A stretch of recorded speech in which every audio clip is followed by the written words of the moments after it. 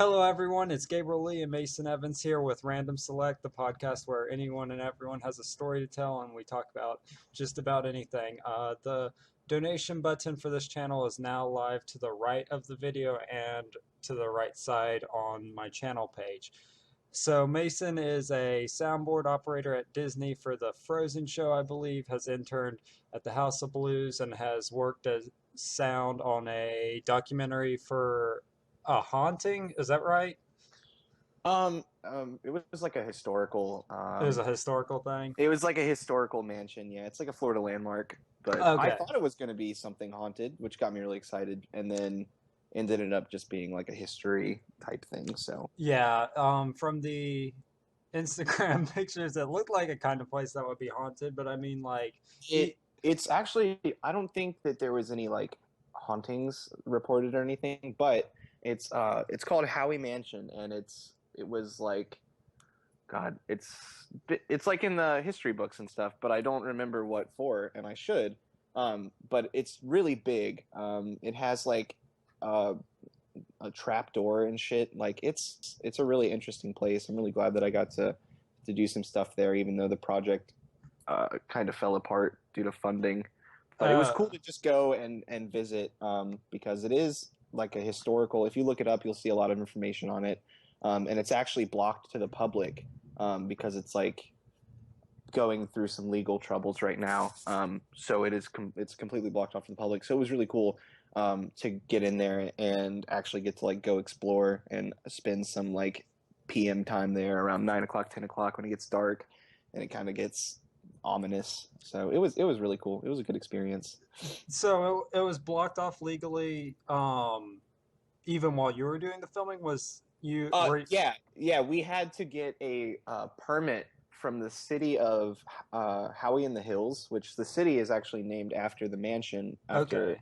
William Howie, the guy who owned the mansion to begin with. So Howie in the Hills, actually, they had to get.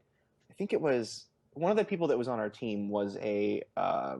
She worked for like the city in Howie in the Hills, and she was also a part of this. So that made it really, really easy for us to get a permit to film there.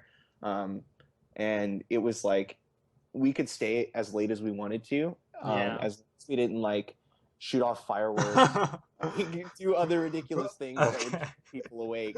So it was really cool because we had that, and we also got to hear about some of the like legal troubles that are going on from like an inside person who's Yeah. actually kind of stuck in the middle of it. And apparently, there's just a ton of drama, as there is with most things with it. And I actually have no idea how it turned out. I Yeah. haven't heard anything about it. That sort of reminds me of two things. First, since it's Howie in the Hills, and I know that the like one mountain in Florida is kind of near Orlando, and Florida's like a really flat place. Like, are there legitimate hills there, or is that like a Um, misnomer? I did not see any hills. Okay. I, though that would be really cool Yeah. because being living in Florida, but no, I did not see many hills. Yeah. It was actually surprisingly flat. Like to get to the mansion, you had to drive past this like you had to go down this like dirt road, and or it wasn't really a dirt road. It was just like a back road, but it was paved, and there Yeah. was like on one side there was like this extremely African American church, and like they advertised how it appealed to like strictly African Americans in like the on the board outside the church. So that was interesting to see that. Yeah. And then on the left there was like this giant like greenhouse type thing that I never saw anybody out there just kind of Like a plant there. It was a greenhouse. weird Okay. yeah. Like it was like big white and it was like tinted. Yeah. I don't know. It was interesting. I don't really know much about the town, but apparently there's. Let's see. I actually have it pulled up right now because I'm curious. And the population of the town is actually 956 people. So, Wow. and it's in Lake County. It's actually Yeah. out of Orange County because we had to drive about an hour, just about an hour to get there. So we left the county and we went into Lake County. But yeah, there's like 900 people there. It's really small and it's like a really interesting town. Yeah. That is really interesting. So, There's is it maybe like a plantation house? Is that what's going on, I or don't is know. Well, the actual the actual mansion was meant to, and I don't know what the original purpose for it being built for was, but they actually invited like guests to the mansion and did like house parties there. It was like 2 stories, and the first story had like 14 bedrooms and like 4 or 5 bathrooms, and the second story had like, I want to say, going on like 18, 19 rooms and like 2 bathrooms or That, something. yeah, that's strange. So it was built for a large amount of people, and in the back there's like an actual greenhouse, like meant to be attached to the mansion, and there was like a garden with a fountain, and there was just a lot of, there's this giant gate, which is like where what they have padlocked to keep people from getting in, but it's like this swinging gate to like let people into the driveway. Yeah. Um, but yeah, it was really cool. You could go out on the rooftop. They had like a what used to be a garden out on the rooftop. Thank you so much. You rule. They had what used to be a garden out on the rooftop, and now we just used it to like film a scene. Um, but it was cool. It was enjoyable. Yeah, that definitely sounds like a cool experience. It The most annoying thing about it was the lack of funding for the project. Like because we got everything to do it, and we could have done something really cool, and it just ended up falling apart because of the funding wasn't where it needed to be for you know we had like 7 or 8 actors. We had myself on audio. We had like 3 cameramen. So like we just couldn't pay people enough to, or I Stick guess around. they couldn't pay us enough would be the right Yeah. word. But yeah, for people to stick around. I mean, we got like a quarter into filming, and then one of the actors just left. So there was no contracts or anything like that, which made it really difficult to Like pursue have that. exactly. It made it really difficult to have an organized thing without people falling off of it, which Yeah. kind of sucked. But Yeah. That does suck. That is unfortunate. So it was done through a private thing. It wasn't done through Full Sail. Is that what no, it was a Okay. private thing. It was through this guy Craig, who I'm not even sure. I ended up finding him like through. It was actually through a Full Sail. He posted something on Full Sail, but it was an outside thing. Thing, yeah, Um, like a bulletin and board. yeah, but most of the techs involved, there were like 2 cameramen and myself that all went to Full Sail. Yeah, that's So what I thought. I thought that there were a few other people who were at Full Sail working on that project with you. Okay, yeah, last thing before we leave the house, are you familiar with the Winchester house? Because this is sort of what this is reminding me of. the Winchester. I'm not. Okay, it's something we got out on the West Coast. I think it's in like mid California. And it's the people who made Winchester. It was like their estate, their family home or whatever. And the daughter, when she moved in, was starting to get haunted, and it was by like these Native American spirits. And then it started to be like a whole lot of it, other spirits like soldiers and stuff.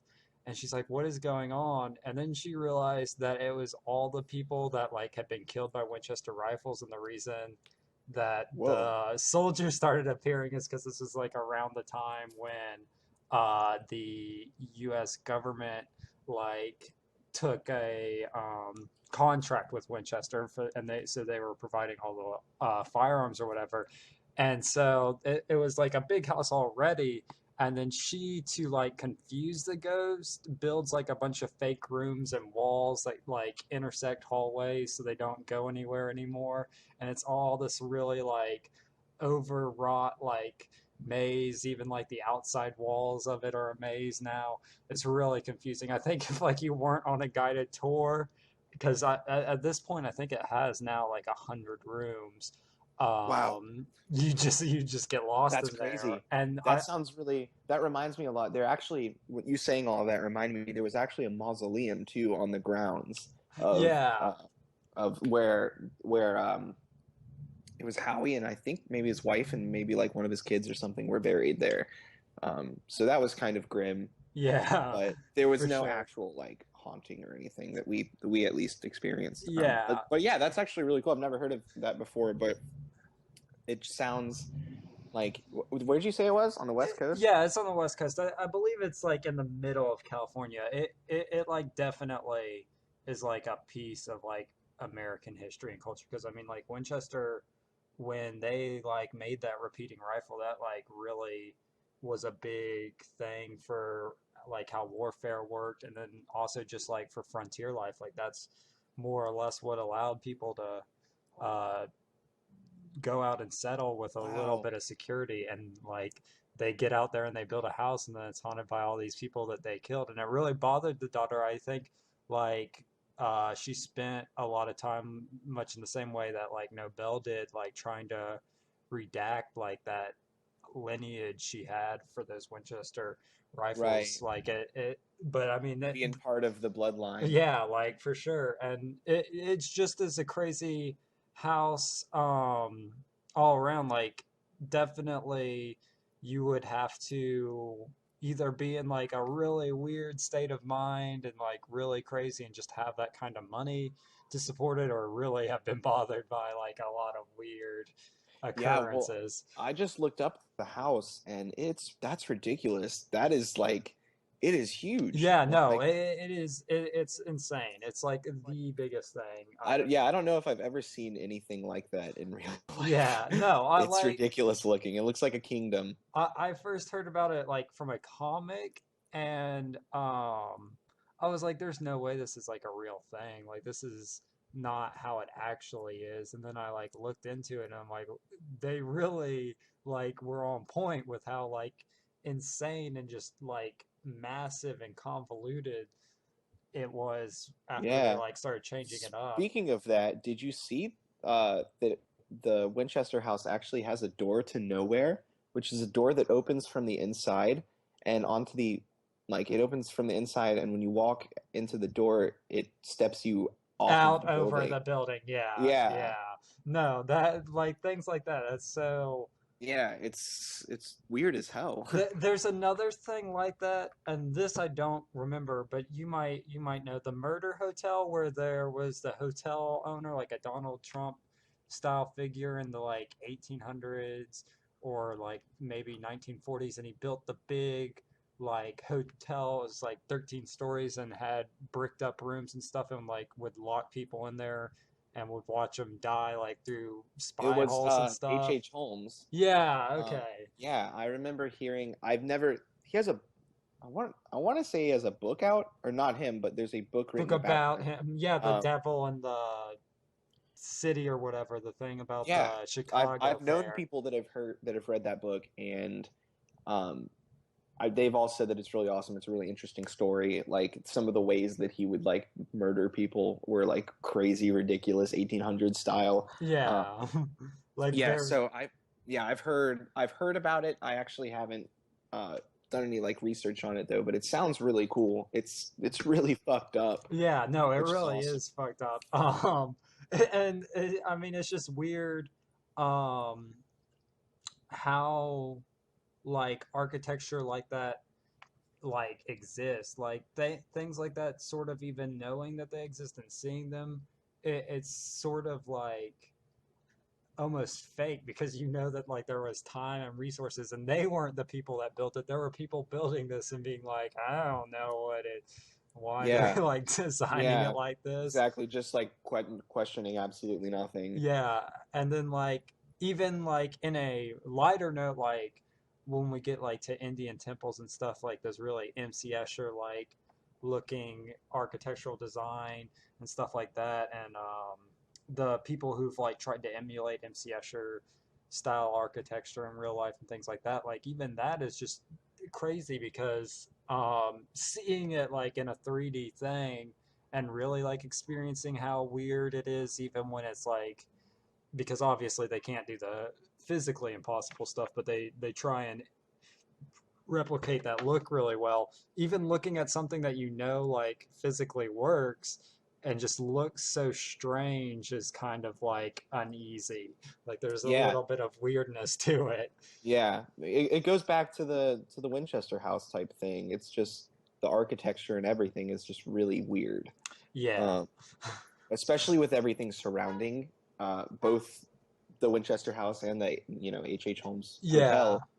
Hotel. It all makes the events that occurred combined with the way that the architecture is and everything is set up and like the doors to nowhere and the like mausoleums, like it's all really interesting. It's a really cool it's a really cool thing. I really would love the chance to go actually visit the Winchester House because after looking at what I have of it, it looks really cool. Yeah, that would be a treat. There's another thing like that on the West Coast, the House on the Rock, and this is like a needle kind of like a or like a star destroyer spaceship from like Star Wars coming out of a mountain, and it's like glass in the middle and then like solid roofing esque material around that like glass window that cuts through the middle, and it's just a museum up in this mountain that like reaches out like a sky bar, uh, filled with all kinds of stuff that is like really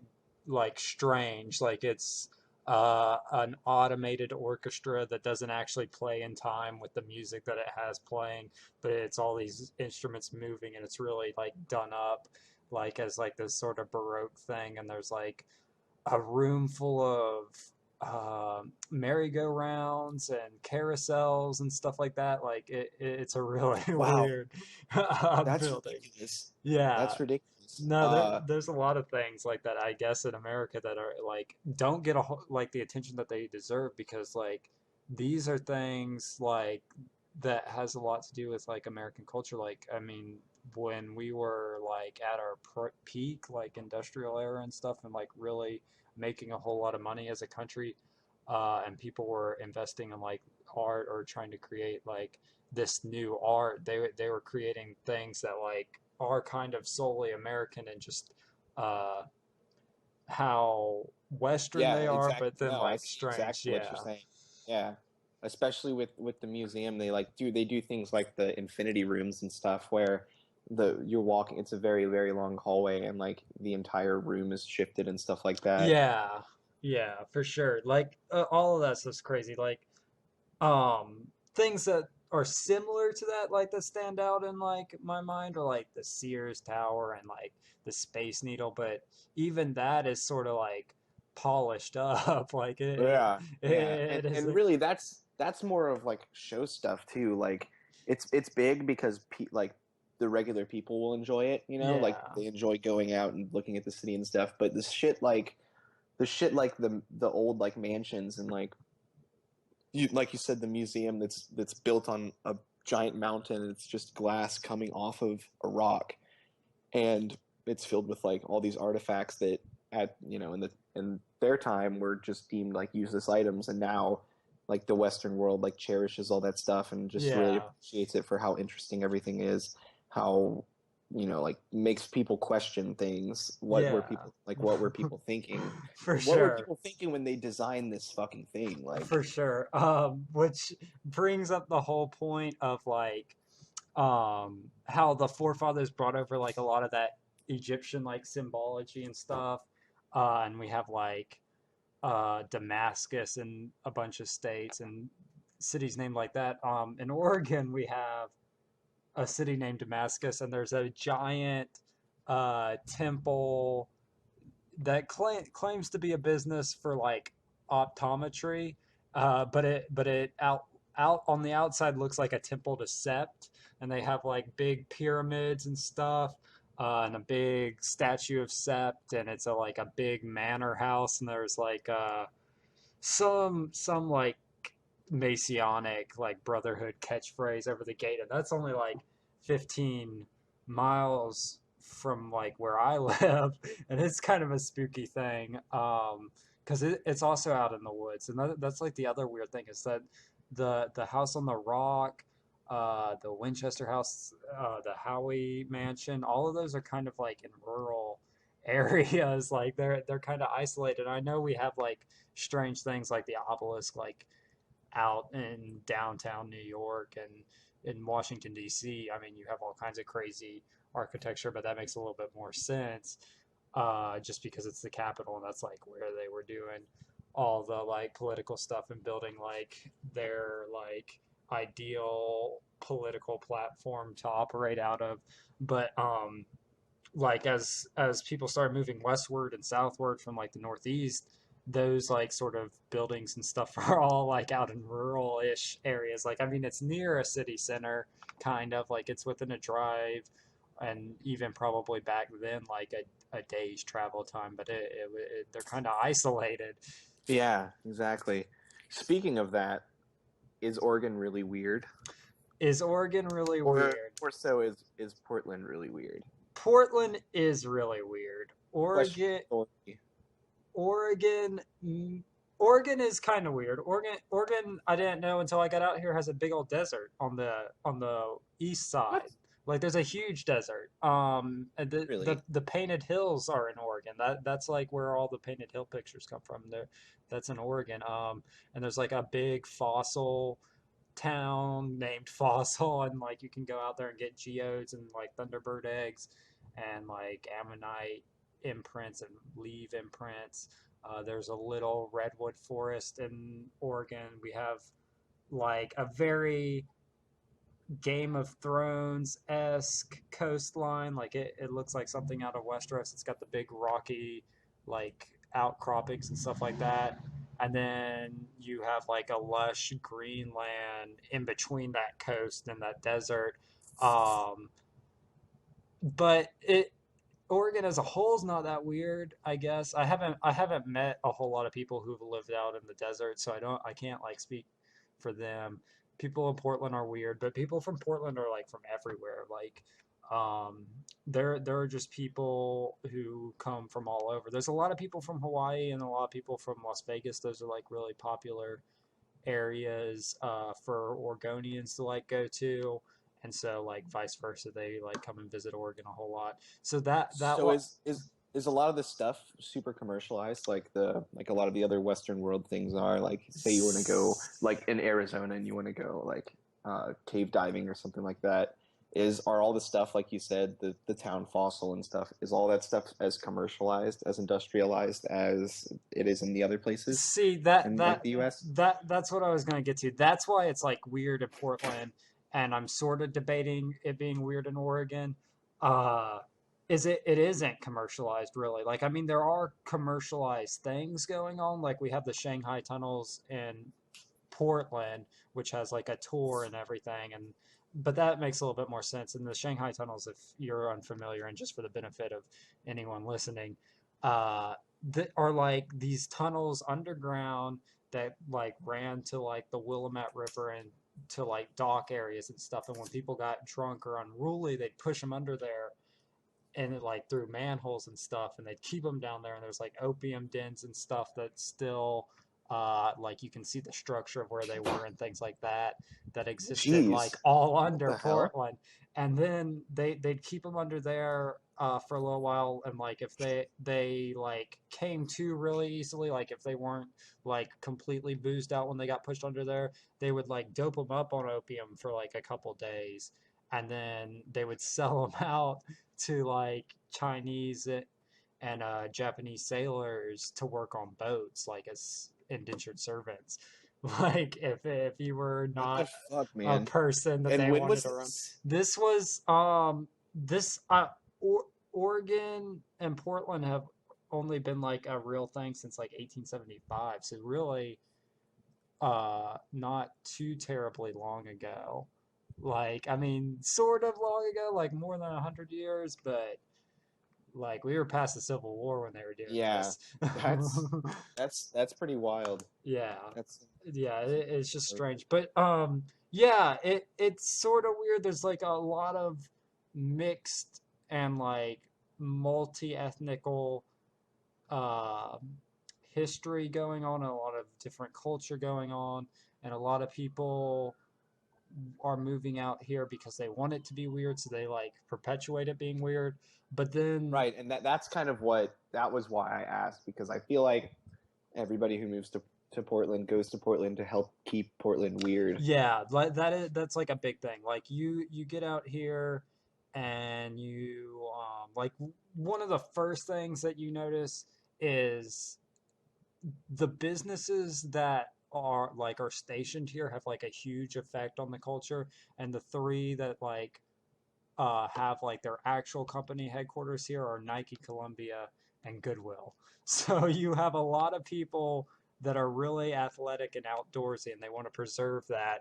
And then you have like a huge like charity movement going on at the same time, with all of this like nice stuff because it's the other big companies being there that are nice, and they want Oregon to stay like a big, really well preserved nature environment because that's like what they are trying to market. And like if they exist in like some urban like super center sprawl, like if they were in Austin, it wouldn't be the same. People would associate them with a different thing, and I mean they would have a whole different business Exactly. practice. Yeah, there's a huge exactly. Yeah. Yeah. Well, that's pretty cool. I wasn't aware that you said Nike, Columbia, and And Goodwill. And then Goodwill. Adidas technically has like a company headquarters here, but I don't think they're like truly based out of here. I don't think that's where they originated, but Nike, Columbia, and Goodwill originated here. And I mean Goodwills here are like malls. Like they just have all kinds of stuff in them. And the way Goodwill works in Oregon anyways is they only keep stuff in stock for like 2 weeks for the like for-profit stores, which receive a lot of criticism. But I didn't realize like how much like job and community outreach Goodwill did, and I mean that costs a lot of money, and you have to employ a lot of people.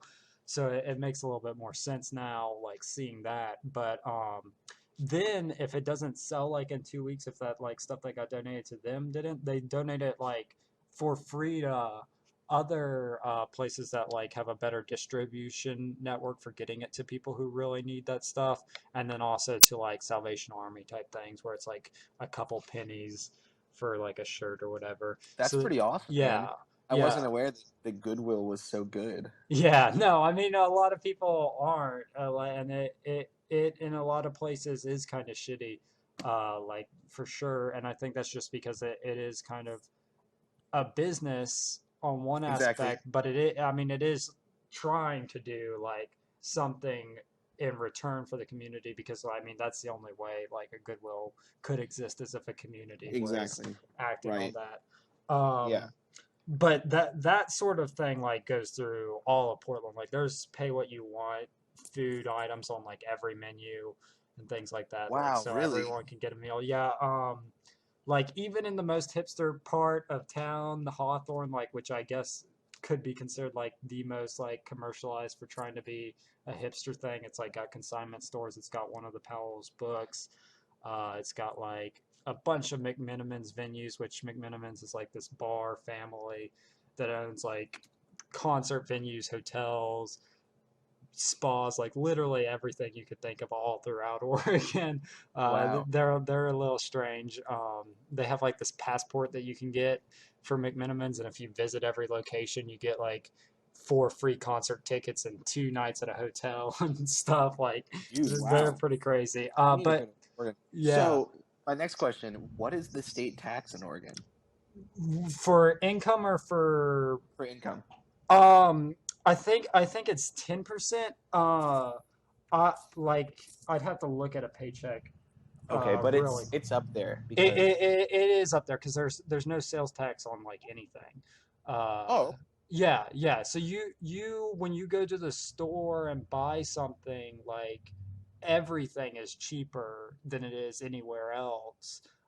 Because of that, like I mean, when I go and buy a game, it's 59.99. It's not even oh, that's 60 and awesome. stuff.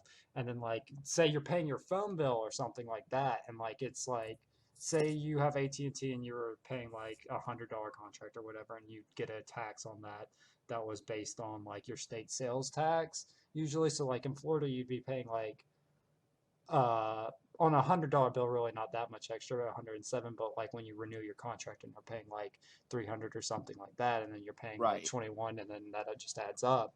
Uh, you don't pay that. You just pay what the actual bill is. Well, For that would be nice. Yeah, That's that, pretty that cool. that's a big deal. And then Washington, which like if you were to live in Portland or like we're in the Portland area, Washington's only an hour away and they're right across the bridge and they don't have an income tax. So you people like definitely work over in Washington and then come back and buy stuff in Oregon or live over in Vancouver and come down to Portland and get their like groceries or whatever. Like and they're very okay with that. Like Oregon and Washington like have a kind of symbiotic relationship revolving around that. Like our bus line runs out there and stuff like that. Uh, So it's a little strange. But I find that the 10% on income tax, you, and I'm sure like it changes as you start getting like into the way higher like pay margins, but you definitely lose more on sales tax than you do on income tax, in my I would opinion. imagine. Because like when you Because buy sales, yeah, anything, like anything you buy is going to have sales tax, and that like I mean that adds up when you go and buy like especially if you purchase expensive items, yeah, especially if you when you go and buy a car, like it that's a really, big really fucking adds. Yeah, deal. Yeah. exactly. And like HD TVs, computers, like I said, phones, like fucking getting your tires changed has Yeah. tax on it in So there's a Florida. massive like symbiotic community pretty much between Washington and Portland in that Yeah, sense. especially between Portland and Vancouver. Vancouver technically is a suburb of Portland, even though it's in Washington. Like Okay. they have that going on. Yeah, but the income tax is a lot. I think though that if I were like paying that 7% sales tax in Florida, I would definitely be spending more money already. I think because you still have a federal income tax, you'll always have a federal income tax, Right. and Yeah. like the federal income tax is 10% by itself, so like it's kind of already up there, and that first Yeah. 10% like is a bigger deal than the 10% after that. Right. Especially when it's like, especially when you have stuff like you said, like tire changes, phone contracts. Yeah, It really does add up a yeah, ton. it does. It adds up So insane. much and it outweighs the other, it outweighs the not having to pay state income tax Yeah, because for sure. on your paycheck, because I mean you get your paycheck once a week, you buy expensive things, I agree with you. I think Florida and Portland both have it pretty decently in terms of that, but I Yeah, wasn't aware of the community between Portland and Washington, and that's pretty cool because I don't really know how long I want to stay with Disney or what I'm doing with Disney, but I've always wanted to kind of move out there yeah, like because definitely the West I Coast have a lot vibe of fits friends that are here. moving out on the West Coast and Yeah, they're just really enjoying the West Coast, and I've been thinking more and more about relocating out there, so yeah, trying to find out any and everything that I can. it definitely like this is what I'll say is laid back. I do not enjoy Californians as much as I thought I would. Californians are definitely like a different breed of people than like they are stereotyped as. A lot of Californians are really conservative, Really? like extremely conservative. And Oregon in the South, just because it's so rural, has that going on too. Like I didn't know that Oregon was called the Dixie of the West Coast. So I mean, I didn't it's either. technically considered the Alabama, but yeah, there are a lot of extremely conservative people, like so conservative that very few conservative people in Florida I have met are even like on this level. And like I sort Wow. of knew that was an issue with California. Like I've seen those charts when it like shows the breakdown of the voting thing and it's like the blue and red and like the mixture of, and then there's that part California, like where upper class people live, right across from like Sunnyvale and Hollywood Hills and all that, and Yeah. it's just fucking really like dark red because Yeah. these people are very Which consistently makes like, a ton of sense because they make a fuck ton of money and they don't want yeah, to get rid of it. They yeah, don't they want to give don't it want to away. get rid of it all.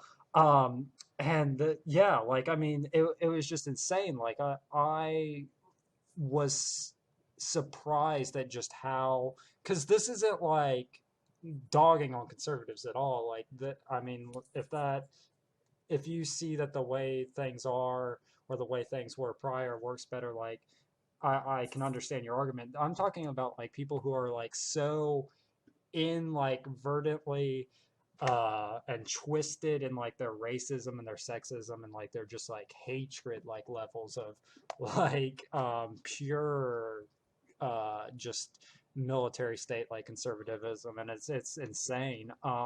Wow. Yeah, And that's like up in Hollywood Hills and stuff, huh? yeah, like that is a The big thing multi-million that's dollar mansions. going on in California.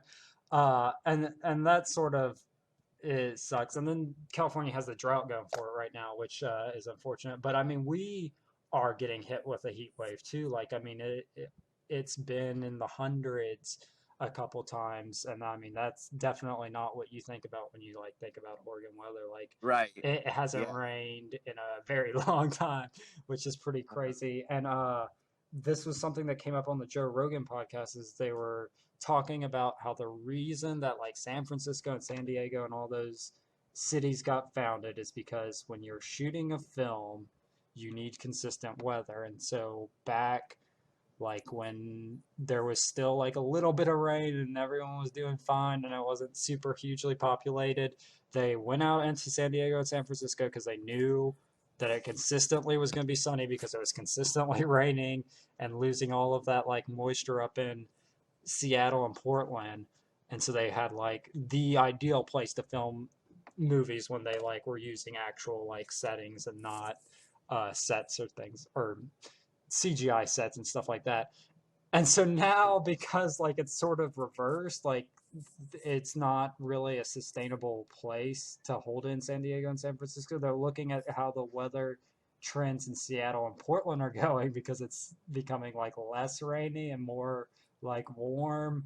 So they're looking at it as potentially the new uh, like media thing. And I mean, NPR was I even could see it. I mean, I yeah. feel like Portland's already almost there Yeah, as it I feel like is. they are too, and they filmed some movies recently there that are kind of big. And NPR was talking about this too. They're like, the only way Oregon's economy is really going to move forward from where it is in a way that like maintains the ideals that it has, like of sharing things, of giving stuff away for free, of like just this almost barter economy of having like farmers markets and stuff like this. They're like, we can't bring in like huge like industrial businesses like that'll take away from what our like low level production thing we've Right. got going on and like our It'll kill all the craftsmanship. mom and pop, Yeah, it'll kill the whole. all the effort that has gone into like creating this society, Yeah, this like self-sustaining society. yeah. Like it would definitely take away the like artisanal like culture that Portland has going on. So that, on NPR they were talking about this. They're like, we already have Silicon Forest.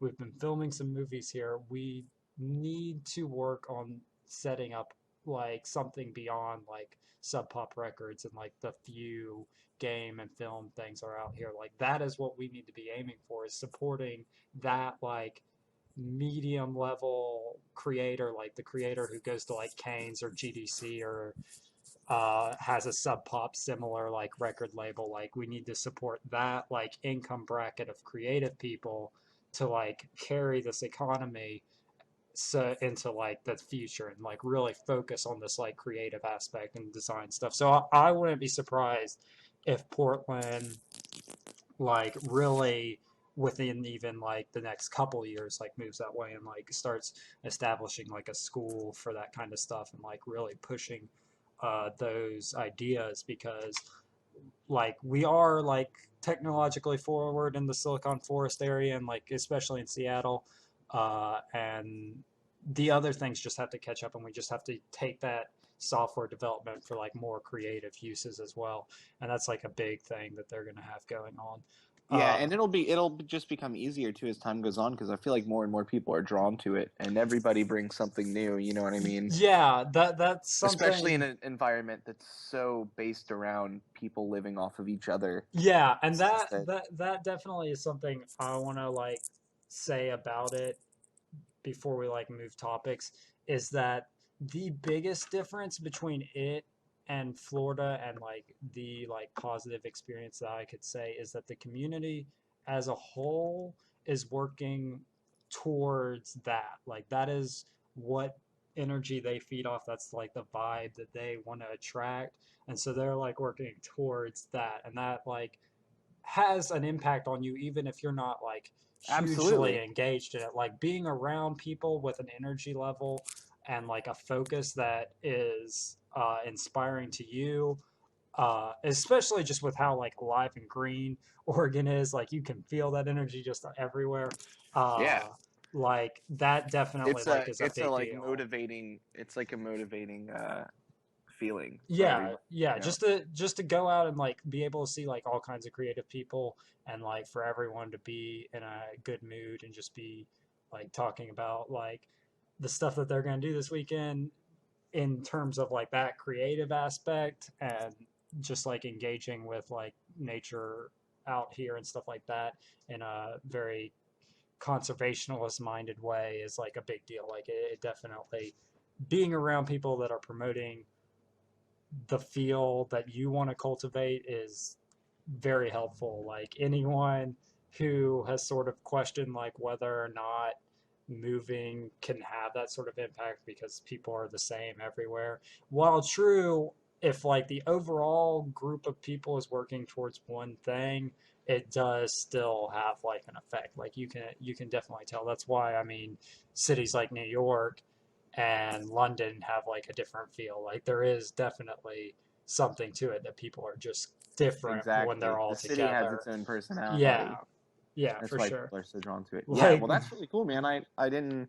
I mean, I kind of figured that it would be weird, but I didn't know that there was such a help your neighbor kind of way yeah, there. yeah, It's that a, that like, that definitely is like the way that it is most weird. Like people having like colored hair and stuff at McDonald's and things like that I don't think is that weird to the rest of the world anymore. And maybe that's why I don't like see it as weird, and maybe that's why like older people think it's weird. It's just because like I mean, would like you wouldn't expect your cop to have like tattoo, or I guess now people would expect cops to have tattoos, but other business like professionals like having tattoos and piercings and like the asymmetrical haircut and stuff to yeah, some people are weird, but that like to me is like such a superficial thing to say that's weird. It's definitely like the helpful yeah. nature and like the creativity aspect. Like there is that going for it, but it's all very much guided by like a help your neighbor attitude. That's pretty cool, man. Yeah, I've always thought that the all the hairstyles and tattoos and piercings and all that shit, that's so trivial as it is, and I feel like as a society we're just waiting until the last group of people die out, and I feel like I mean, you're obviously going to have your people here and there that are just as conservative in their views in terms of hair and what you put on your body as they are in terms of social and financial things.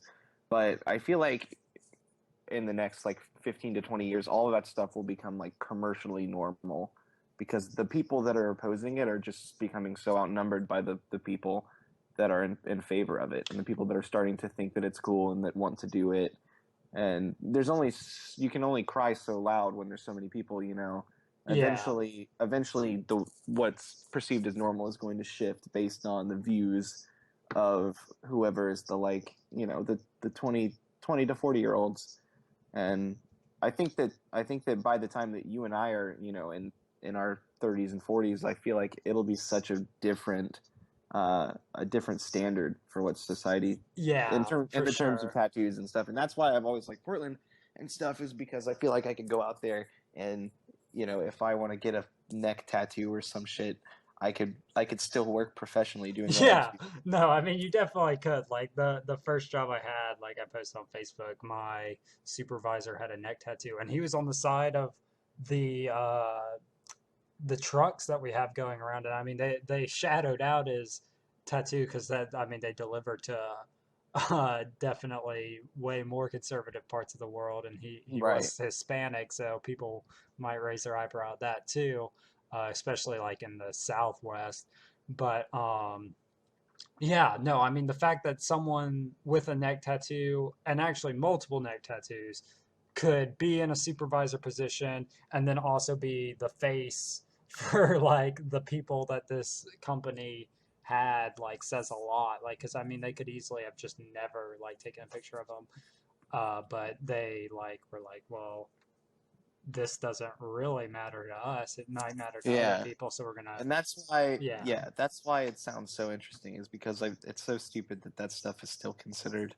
I mean, it's 2015. It's stupid that that stuff is even thought about when it comes to hiring people professionally and stuff like that. yeah. Well, I mean, it's stupid to think about when we think about like the fact that tattoo culture was like the culture before we got into like a clean culture. Like, I mean, when cities got built up originally, like one of the professionals or like craftsman type people that a city would have would be Exactly. a Was tattoo artist. artist. Yeah.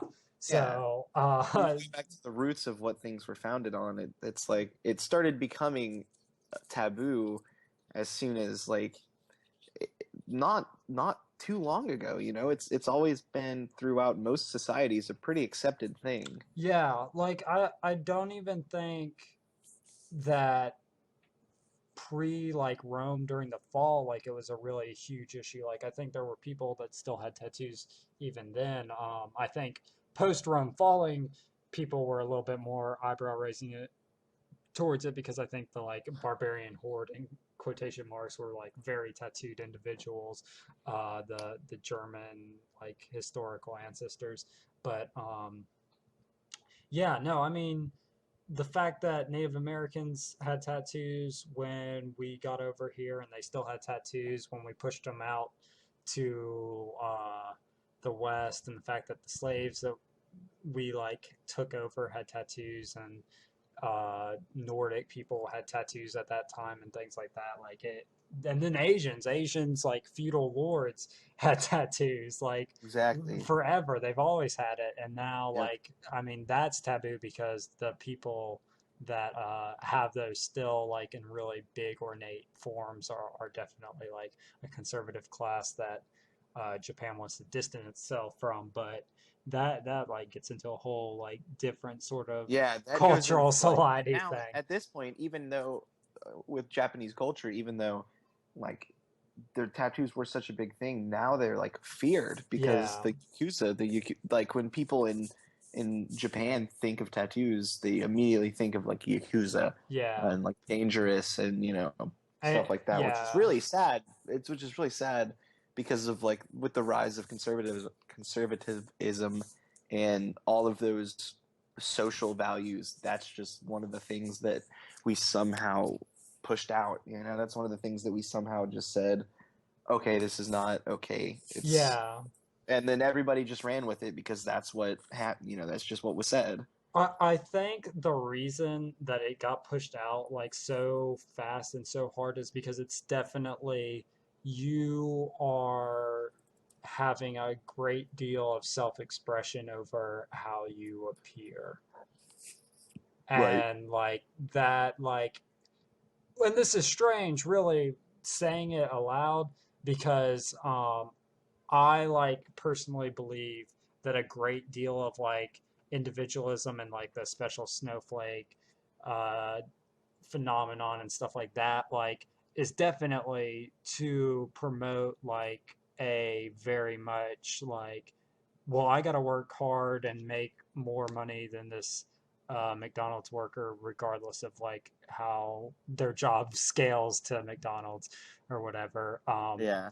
Is because like an individualistic like philosophy like that. I think that you would never say when you also have a minimum wage job at the time that because McDonald's and your minimum wage job got raised to 15, you should now be making like 18, 20 just because you don't believe that your work is valued the same as that like fast Right. food worker who Yeah. potentially Compare already makes more comparing than it you. to other Yeah. things instead of worrying about this is your job and how well can I do it. Yeah, like I just watched Across the Universe the other day, and when they're at the table and they're like ragging on Max about him like leaving school, and they're like, "Well, what are you gonna do?" And he's like, "Do. Why is it always what I do? Why isn't it who I am?" And then Jude like is prompted by Max his thoughts on the thing, and he's like, "Well, it's not what you do, it's how you do it." And that like is a big thing, is because really a society like to exist is going to need some people to be like, I'm going to sacrifice like uh my ideal job situation to get this to support or like continue to exist, at least for right now. I mean, with mechanization of labor that eventually will go away, uh, who's to say how far exactly we can get everything going away? But like, I don't think anyone wakes up in like high school at the ripe age of 16 and was like, I'm gonna be a sewage worker. Like I'm going to pull up those pipes and re-weld them. And I mean, there's people who are like, I want to be welders, but I don't think when they think about welding, they think about doing like sewage pipes in the middle Right. of The dirty downtown. work. Yeah, and I mean, like someone has to do that. Like people have to dig ditches and stuff, which don't actually exist in Oregon. So I think Florida just made up the ditch digging syndrome. But Wouldn't be the, surprised, man. yeah, I mean, when it was pointed out to me by Gilly that there aren't ditches here, I was like, you know what? You're right. There aren't. Like, and I always thought that everywhere on the side of the road you would have ditches, but you know, I guess that's not the case. Like, you don't have to have ditches, and I Yeah. guess it's because Florida is a wetlands and like gets marshy and stuff. But then I have to wonder why Alabama needs ditches and other like why does Georgia need ditches? Like, Right. what is different about the soil that does that? Like, so the person that figured out which states needed ditches and which one didn't probably was pretty smart. Um, Right. but But I bet nobody went to school thinking, yeah, I want to be the guy who decides that Portland does not have ditches and yeah, Florida does. yeah, like yeah, no one who wants to be a city planner is like, I'm going to figure out why this sidewalk route for the same distance feels like it takes longer than this one a block down and like Yeah. realize that they're not level or something like that. Like no one is thinking about that stuff, which is stuff that like people even in like a creative thing, like at some point you have to do like creative things and help like people's visions that aren't necessarily yours. Like I don't think Disney is at the Frozen stage is something that you want to do forever. Even if you want to work for Disney forever, I don't think that show is like the peak of like what you're aiming for. And like there's just like a process of like putting other people's weight on you for a second or for longer depending on what you like got cast in life, but you like putting a real effort into that and like really engaging in that will make you have a better appreciation of it and stuff like that. And I think when people like have that individualistic why me like attitude towards it, they end up hating a job that they don't necessarily have to hate. Like they could find some redeeming quality about that job, and then they could realize that the job isn't really what they would ever have defined themselves by, and it's more like the experiences they have, like the relationships they make, the things that they go Exactly. do. Experiences you have, the relationships you make, and the things that you achieve because of that, Yeah, like unforeseen, unforeseen consequences of what you did will allow you to go here, and here's an entire new branch of experiences that you can do, and new people that you can help and meet and hang out with and stuff, all because of, yeah, it's not your ideal situation, but whatever happened in life, some of the decisions you made, you got there. yeah, And it's interesting because like out of everybody that I went to school with, nobody's doing what they said they wanted to do, but pretty much everybody seems happy. So yeah, for sure. And I think also on the fact that a lot of people didn't end up going to school for the things that like they thought they were going to go to school for and things of that nature.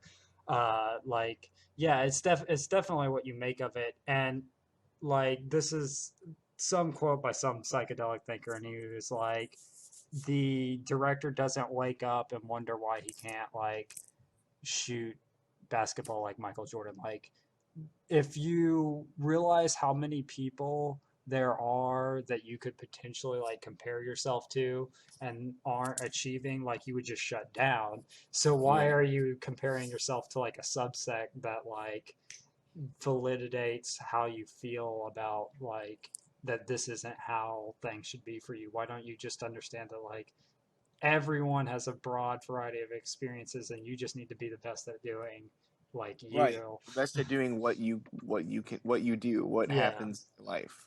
yeah, Take whatever balls you're thrown and make the best out of the experiences. yeah, for sure. So you were telling me before we went on that you got a tattoo in honor of Shark Week. What? Yeah, okay. So, me and my girlfriend texted our friend, and his friend was a tattoo artist too.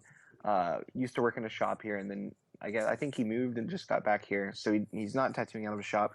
But we inquired about getting Shark Week pieces done because I like getting stupid tattoos done for stupid holidays. Um, like May 4th, we both got lightsabers and shit, so it's just Nice. stuff like that. And it's Shark Week, so we wanted something to celebrate Shark Week. So we're gonna see about tattoos, and like flash tattoos are generally from anywhere from like $30 to $50. So we were looking at getting something a little bit bigger. Um, so we paid like $100 each, and so we go over to our friend's house because he tattoos out of his house right now, Yeah. and he has these like they're 5 by 5 inches, like huge prints, and he's like, "Yeah, we're gonna do these," and we were just both like, "Okay," and that's why it took me so long. I was telling you earlier that kept getting delayed, and it's because it took like 3 hours for mine and like an hour 45 for hers. Yeah. So Yeah. it was funny because we tried to find areas in Orlando that would do Shark Week tattoos because we wanted Shark Week tattoos so bad, and nobody is doing Shark Week tattoos, which is really lame. So thankfully we found a friend, who used to tattoo, but he drew some really awesome. They're like Japanese kind of style. One is I got a hammerhead shark on my knee, uh, going up my thigh. How And was that? How was getting the knee tattooed? I know well, you've already got the elbow tattooed, but it was insanely worse than the elbow. okay, that's what The I elbow, thought. my elbow wasn't horrible. The inside of my elbow was really bad, and that's just Yeah. because it's really tender. But I recently got uh, my part of my armpit done, and that was really bad. I could But imagine the that. knee was really really bad. The They're outline on it was not horrible. When you yeah. started shading it, I almost broke the chair I was in because I was grabbing and like pulling it so hard. Yeah. Um, so it actually starts on like the top half of my knee, and that's like a Japanese wave coming up, Yeah.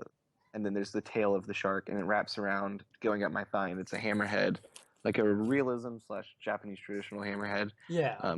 She got a great white shark, so it was Nice. interesting. It kind of worked out for us because we paid minimal price for something that I would get that you could go to a shop and get, and we Yeah. got really good work. I don't know if you're on Instagram, but I posted it on Instagram right after I got it done before my phone died. Yeah. Um, but we found that, and we paid like $200 and got like 5 hours worth of tattooing. So Yeah. I mean it that's was a pretty great good. Shark Week Yeah. celebration. There's that like bag of fluid in your knee that isn't in your elbow, I think, right? Do you think that had something Uh, to do with it, or is it the you know what bone? it's called? I'm interested to know in that Yeah, because I think that's I didn't.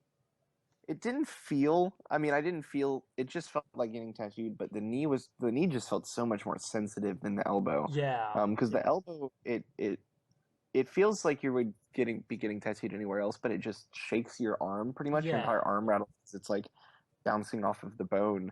But the yeah, knee, it just felt like it was like cutting into your knee with a knife. yeah, It was not enjoyable at all, and I have insane amounts of respect for anybody who gets their entire knee done yeah. because I almost passed out. It was terrible, but all in all, it was a great Shark Week celebration. And we ended up getting like 5 hours worth of tattooing for like $200. So Yeah, yeah, that's a really good deal. yeah, and I'm always trying to get stuff from different artists too because I just like having different people's artwork on my body. If I Yeah, find something by somebody that I really like, I want to get it done, and the more obviously I want it to look uniform, but at the same time, who wants to have only one person's art on you? So yeah. Definitely when you could have just like a huge variety of art too. But exactly. So um are you gonna get the Friday the 13th tattoo? Are you gonna do that? Are you gonna go that far? I already have one You actually. already have one? Yeah, I Uh have it's a traditional skull with a flower around it. It's on my foot. Okay, Uh, that one's not as bad. There's people though, and I don't know how I feel about this, but I could see the argument is if you had something like that you associated with bad luck, like a black cat's a terrible example, but like a right. Wiccan candle or something like a black wax candle, like that you're sort of inviting bad luck on yourself by just like having something that you already have sort of like this preconceived like negative notion about on your body. What do you think about that? Yeah, I think that I think that it's a lot better than a lot of the other Friday the 13th ideas that I've seen. Um, I'm not necessarily sure that I would get something that terrifies me, like something supernatural, uh, on my body, just because if I don't want that object in my house, why would I want it on my skin? Yeah. Uh, but at the same time, I would rather get something like that because at least it would be something original as opposed to like a big 13, which I see like for some reason there's always that one person that goes to get Friday the 13th tattoos that thinks that the 13 is a good idea. And it's like almost Comic Sans 13. And Yeah. you Yeah, just I've wonder seen that. like why, or it'll be like a black cat or something, but with 13 over it. And it's Yeah. like, I don't understand 13. And like in my head for a second when you were saying 13, I was like, well, maybe if they got it in Roman numerals. And I was like, but then that doesn't make any fucking sense. Like, yeah, it so, yeah. But a lot of like the place where I got mine done, I went with back when I was in college. Me and like 6 other friends went to the shop, and they had over 110 flash designs to choose from. They were yeah. all the same price, so that was awesome because when you give people a huge variety, they had like Nightmare Before Christmas ones all the way to like Nice. the Necronomicon from Evil Dead Oh, to fuck. just like a ton of different movie references, like spanning from horror to Disney, and they just had a bunch of different. They had really cool original stuff.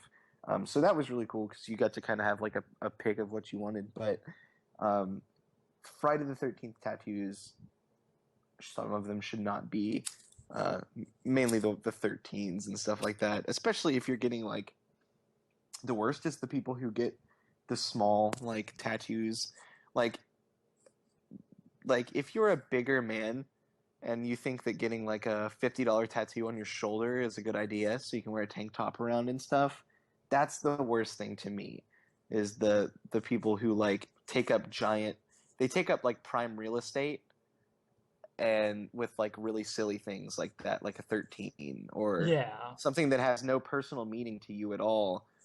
And it's like, well, what if you really get into getting tattooed in like 2 or 3 years, and it's going to be really hard to cover up some giant, especially if it's in all black, a big black 13 right in the middle of your shoulder. Yeah. When you want to put whatever, when you want to put your lighthouse or whatever anybody wants to put on it. So that's the biggest thing for me, which is why whenever I get flash tattoos, which I only have two of, I've just put them both on my feet Yeah. because I mean, like I wear shoes to work every day. Like the only time that I'm barefoot is in my own house. So Yeah. it's kind of cool because I can like get tattooed with people that I want and not really have to have anything specific in mind. But yeah, it is on my body. But at the same time, it's like I have so much other artwork that it's kind of cool to just collect smaller things with different Yeah, for people, sure. even if I'm not huge into the design. So, but going back to your question, the whole like getting a Wiccan candle tattooed on you because you have some weird Wiccan thing. I mean, that's honestly just myself personally. I wouldn't do it. It sounds silly, but Yeah. some people are just interesting like that. So Yeah, definitely. Yeah, the biggest issue I have with tattoos is that I don't have like, or not like issue that I have with tattoos, but issue that I run into when I go and get one is that I don't have a whole lot of space on my body for it. right, So, definitely like if I were to go and get like my big piece and stuff, it would have to have taken up like my entire arm or like be a chest or back piece. So like I'm more okay with the like having small things on my arm and leg, especially like lower leg and then the arm that's already been tattooed. Just because there's no way that like anything like very like grand, like your space sleeve would come out in a way that I would appreciate just because it would be such a like condensed image for how my body type is. But yeah, right, people that like are your body type or are even like really muscularly defined and then get like a really small thing like on exactly. Probably, especially for the like really muscularly defined and like they have like the almost like viewing windows of their flesh like shaped out. Exactly. And then Yeah. they waste it on like something that Well, doesn't see, even the fill thing that is different because, space. like, your tattoos, it's not like you were taught you have like small 13s on you. Like, you have shit tattooed on you that's actually cool to you. Like, Yeah. it's things that you enjoy, things that you take interest in, that you're, that it's things that you as a person enjoy, uh, as opposed to like a big 13 and something like that. You know what I mean? Like, those things are just like, and I'm not really one to regret anything that I get on my body just because to me, in my mindset, it's kind of a taboo as it is. I just enjoy artwork. But some people would go and get a tattoo and just freak out immediately after they get it because they realize, especially if it's somebody's first tattoo, and they go in to get flash tattoos with their friends or something like that, and they get conned into pretty much getting a small, insignificant tattoo somewhere that is visible, and then freak out because they had never planned on getting a tattoo before they started talking to so and so that day, Yeah. and now they have a 13 on their arm and they can't cover it. So that's mainly what I was going for. Like, if you have small stuff that, like, even I have like a small tattoo on my left arm, but I like it because it actually has meaning to me. It's something that am interested in. You know what I mean? So. Yeah. Which is, like I said, again, why feet are such a great spot for that, because it's almost silly as it is because it's feet. So Yeah. Yeah, for sure. Would you ever, and I guess you've kind of like already done this technically by having like a friend tattoo you like in a non-professional setting, but would you get a stick and poke done? no, No.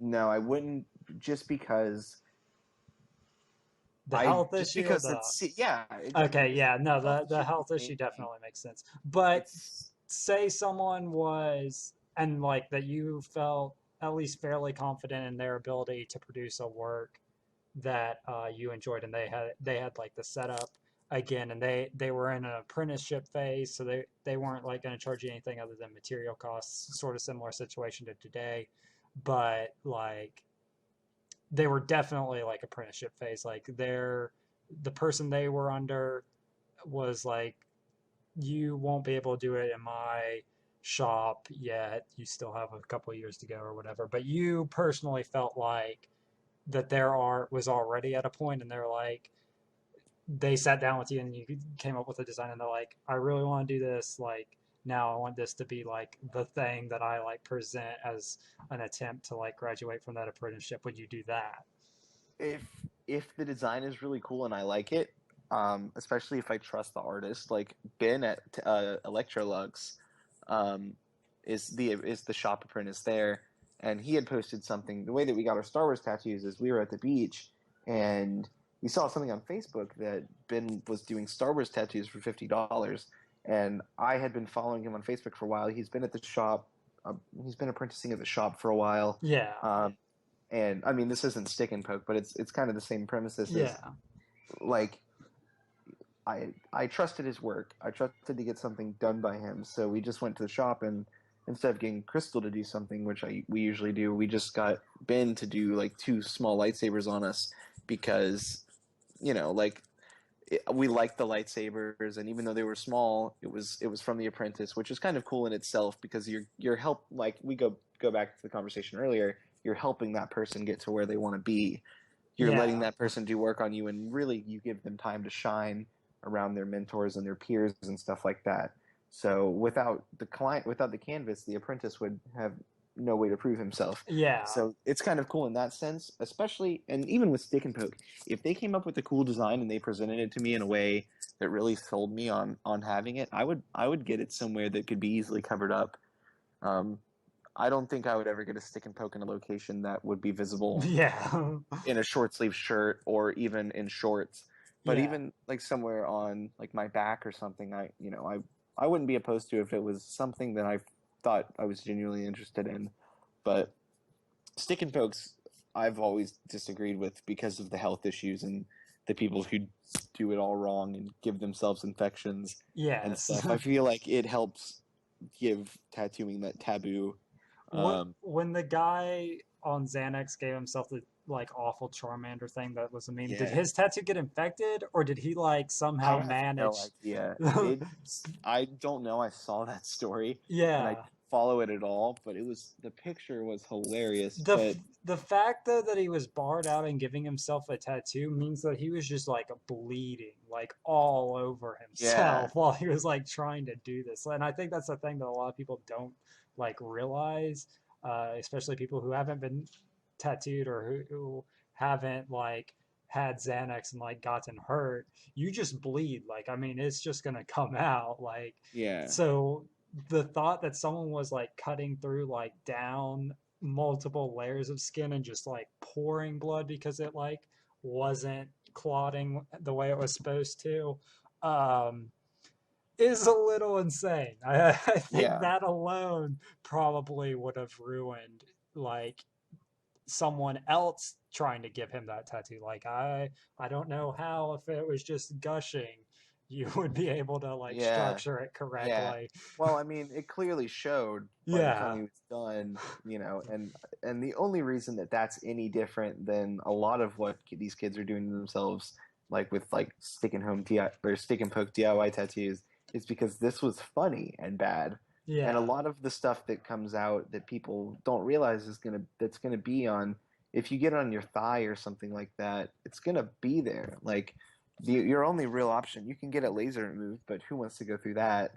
And or you could get it covered by an even bigger tattoo. Yeah. But even though like there's still tattoos, like they Yeah. still stay on your skin forever and they fade, which yeah, they're not as noticeable, but that causes them to look even worse.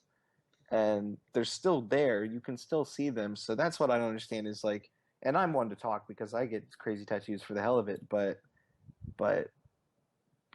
purposely giving yourself a bad tattoo, I will never understand that. Just Yeah. because it's like if you really want a tattoo that bad, then just save up money and go get one, because there's so many things that could go wrong with stick and poke tattoos. There are just so many different things Yeah. from Yeah. it ranging from getting infected to you hitting a vein tattooing Yeah. If you somewhere went because too you deep don't know and the stuff. proper Yeah. amount. Yeah, you don't know what layer of skin to go to.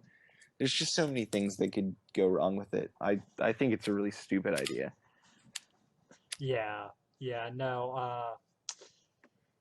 It's hard to fucking wrap your head around that one. Yeah, Um. I agree. Yeah.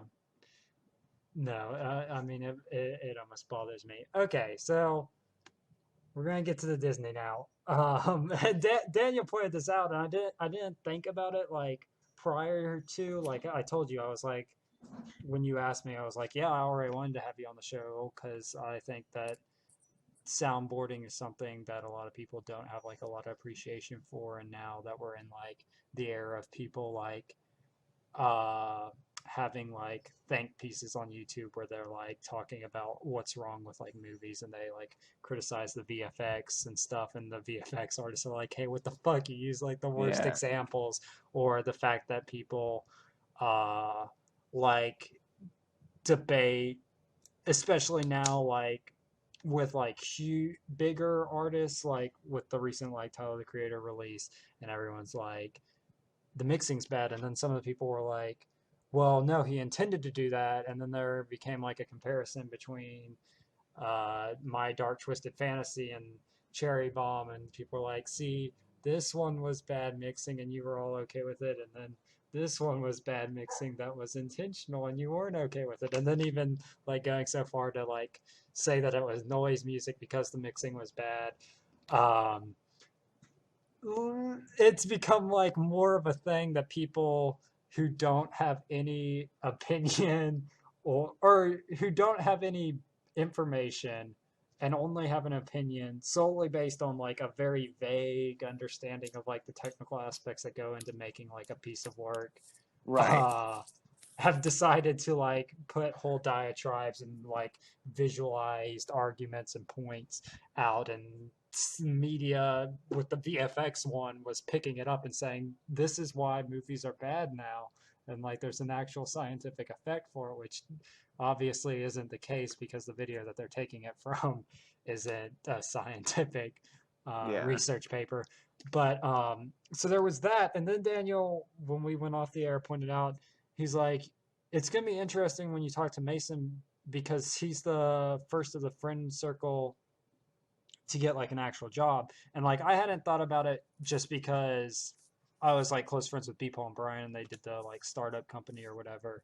But legitimately, like as like a non-entrepreneurial like sense, you are the first one to have like broken into the industry machine and not like been sort of out in a niche like climbing around for something. Yeah. So that in itself is interesting. But so it is the Frozen show at Disney, right? That you do. Yeah, it's we started it. I want to say it was seven, the 15th. Maybe it was a Wednesday we opened. We've done what we do is we do 7 shows during the day, and those are Olaf's cool down from Frozen, All right. and I started off doing A2, which is mixing in-ears for the performers off of an iPad that's routed to the console that we have in front of house. Yeah. Basically making sure the system doesn't shut down, like making sure the amps and everything stay running, making sure wireless frequencies and everything are calculated properly. So there's a lot of people working on sound at one Yeah, time. Okay. yeah. There's 2 audio people total on Okay. each set, and it's the A1 and A2. And I started as an A2, and then like a week or two in, they started training me for A1, which is like front of house, Yeah. which is like head audio. So that's what I do. They've scheduled me pretty much exclusively for that now, but I'm only at that stage in Hollywood studios. But it's pretty cool. We do 7 AM shows with 2 processional parades where the characters come out on floats. And that's a huge thing for the park Yeah. because the entire park right now is sold out on Frozen. That's the whole spiel for this summer for Hollywood Studios. Yeah. It's Frozen summer. So it's really cool because we get, for our 9:45 fireworks show, we close the entire park and we have music that's synced to fireworks. That there's usually 3,000 to 4,000 people there a night. Yeah. So mixing front of house for that is even still. I mean, I worked last night and I did the fireworks show last night, and every time I do it, it's like blowing my mind how many people are there and Yeah. how like just what a big production it is. And I'm not used to working on productions that big. Yeah. So it's really stressful at times, but it's a really fun gig. I'm really enjoying it. It's a lot of work, but it's a ton of fun. You know, it's Yeah. not really a job at this point. It's the people that I work with are all wonderful people. Yeah. It's true. Everybody that works at Disney is extremely nice, and they're all really helpful people. They've taught me a ton about audio. There's some guys there that are some like guys that go on the Disney cruise ships and install the like audio networking systems, and there's just people there that have knowledge that I would like pay money to acquire. Yeah. So I've learned a lot from those people, and they're all very welcoming. They're all willing to share what they have to offer. So it's really fun. It's been a ton of fun. Yeah.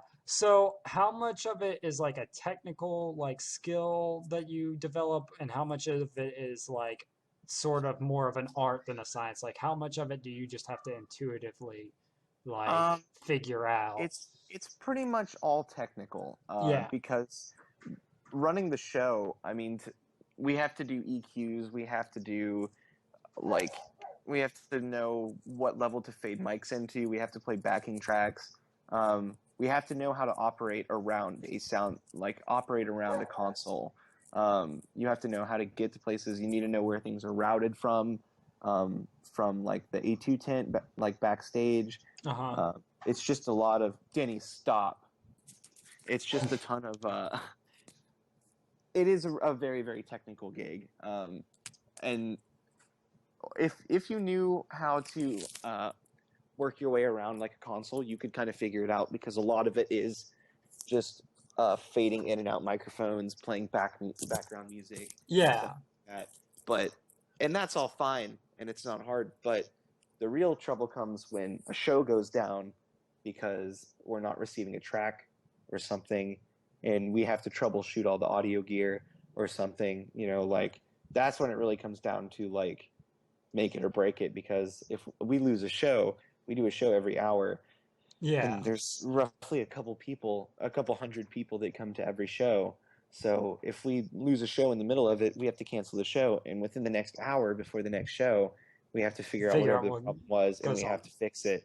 Because if we miss 2 shows in a row, that's our crew looks bad. Yeah. So it is very technical in that sense. Is you kind of need to know what you're doing in terms of troubleshooting, and you need to know why this does what it does. And you know how it does what it does. There's a lot of specs that go into it.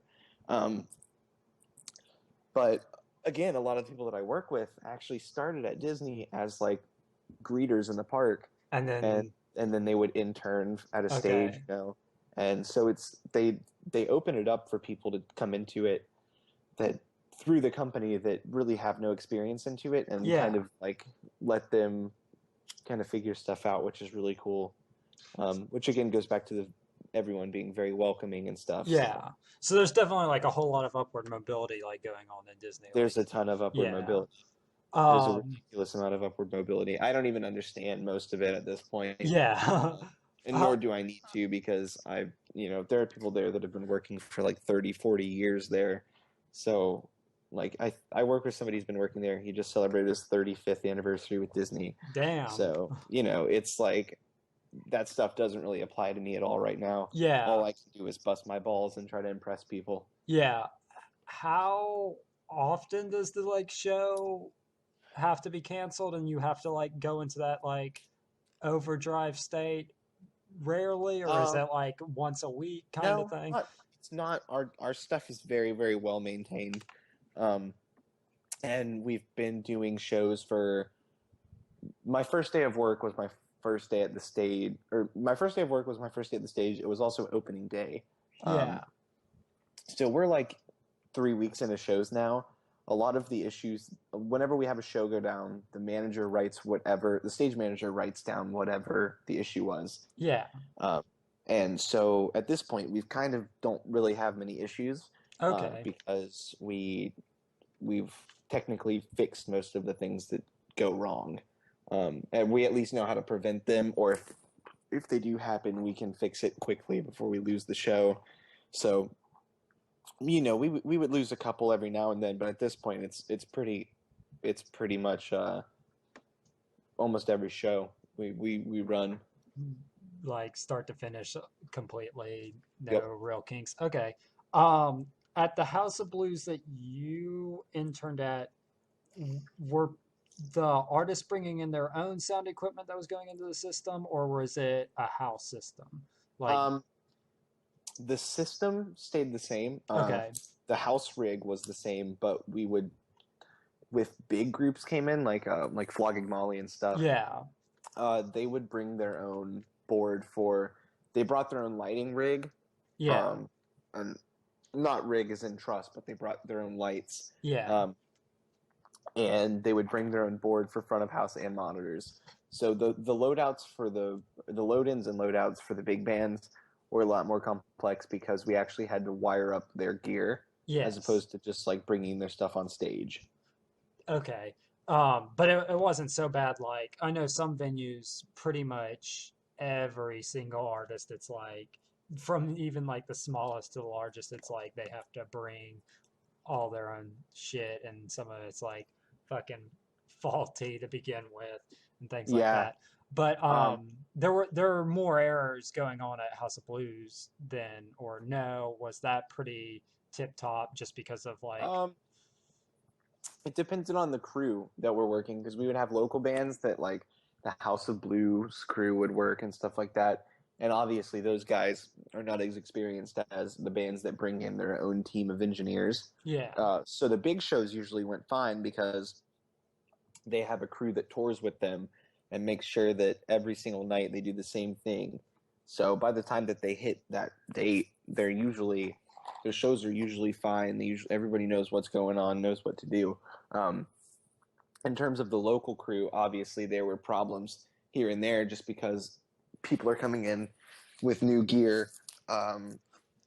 We don't have any knowledge of like issues with the gear. We just kind of have to set it up and run it, stuff like that. So there were a lot more problems when the local crew did it because there was just a lack of communication. But the touring crews would usually do perfect shows. Okay. So back to Frozen and Disney. Where, if you were to stick with Disney, would you like ultimately want to go? Like what would that like ideal Disney like position be? I really want to stay in sound. Yeah. There's a lot of people who do lighting at Disney, and I would really like to just stick with sound because that's basically the only thing I'm good at, and that's the thing that I think I could go furthest with. But I think audio design would be really cool. Designing, not specifically designing, but kind of choosing what sounds and effects that you use in the park and you use for like the movies and stuff like that. Yeah. Even if I moved out, I would like to move out of the theme parks and into the actual company, the production company that does movies and stuff. Yeah. So I don't know, or even become like a stage manager or crew chief at one of the shows there. I don't know. There's a lot of different options and stuff. Yeah. It's really cool. Because it's just such a big company. There's so many different things that we Some have. avenues. Yeah.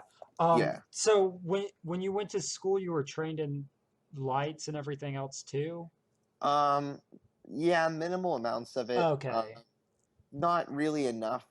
We were trained primarily audio because for some reason in the show production degree, and this was fine with me because I'm an audio person, but we had people who went to school for lighting or went to school for video. Yeah.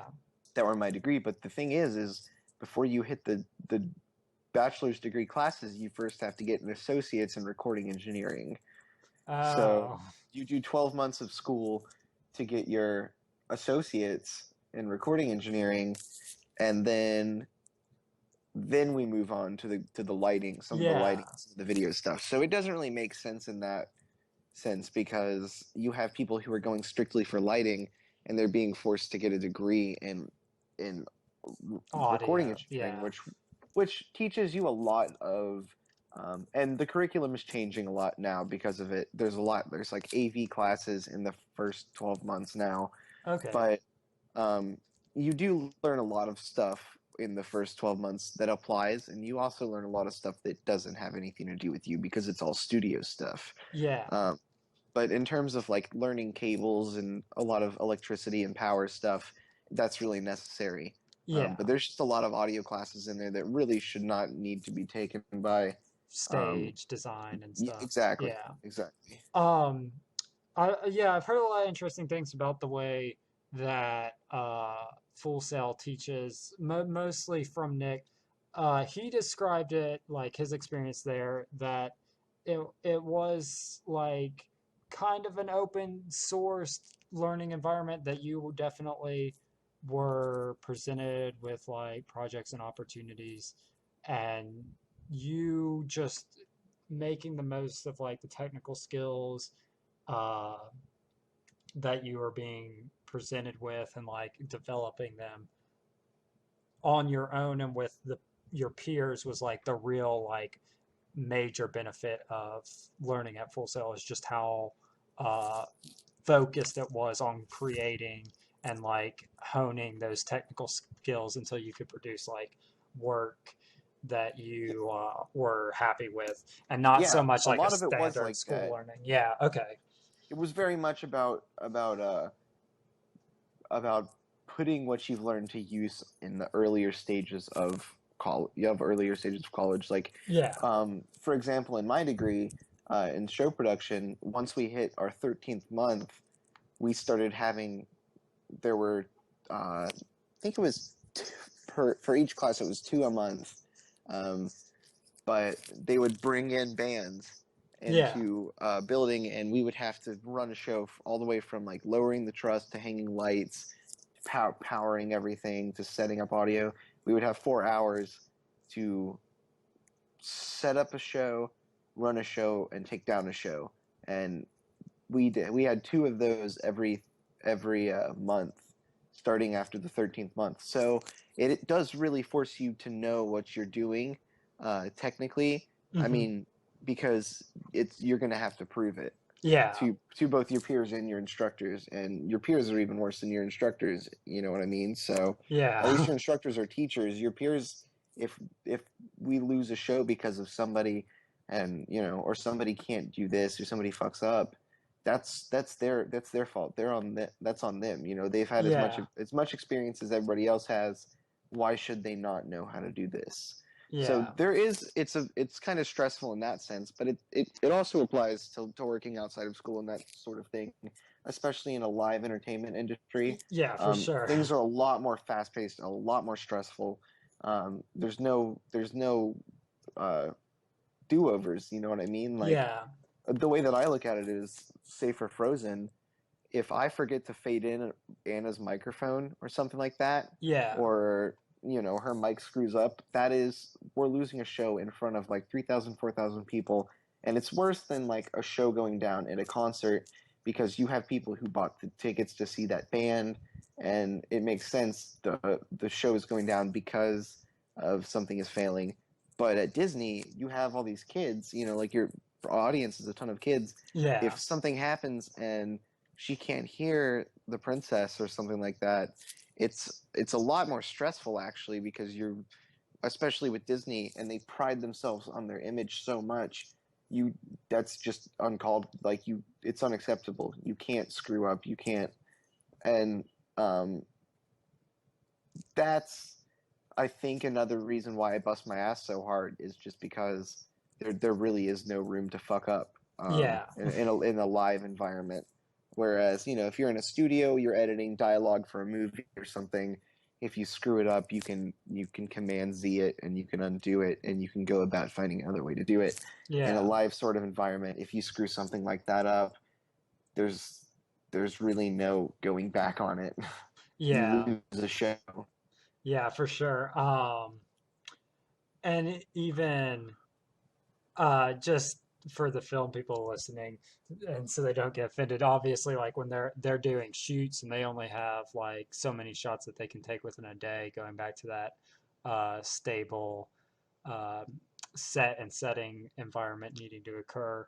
Uh, yeah, I mean, if they fuck up with that shot, or they're having to interact with these actors and the actors are fucking it up, or the director and the writer aren't seeing eye to eye on like how the scene actually came into existence, that occurs too. But definitely, like in the studio environment, I can see what you mean, with it being a lot less like pressing. And another thing going on that concert comment you made, I also think just the fact that how loud concerts get, a lot of people are able to like look past the sound thing. And once again, going back to just like a poor understanding of what's going on with sound, uh, they may not even realize that anything's fucking wrong.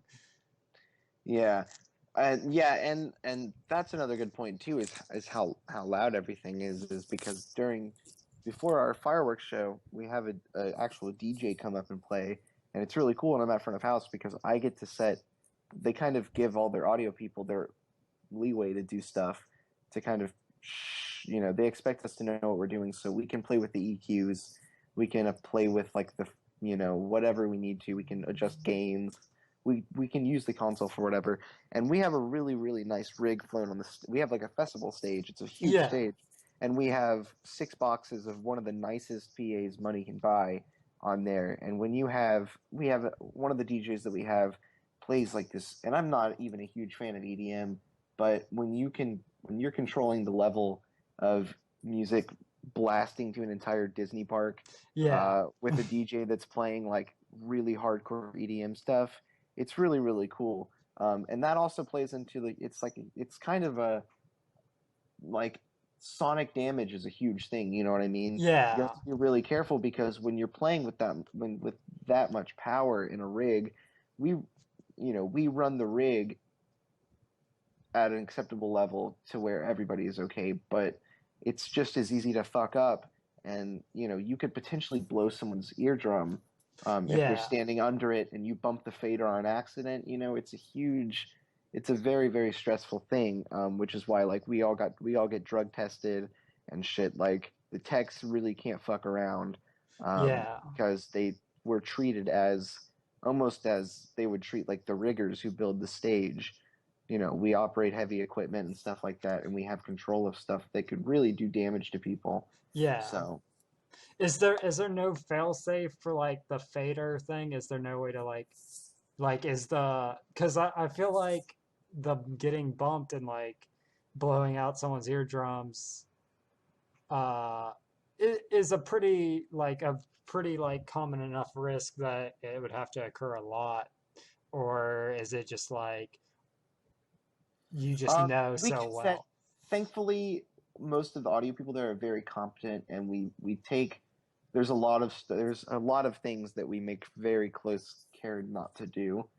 So hypothetically, we could set something on the fader, but I'm not really worried about, as long as, because I'm very attentive at work. We're all very Yeah. attentive.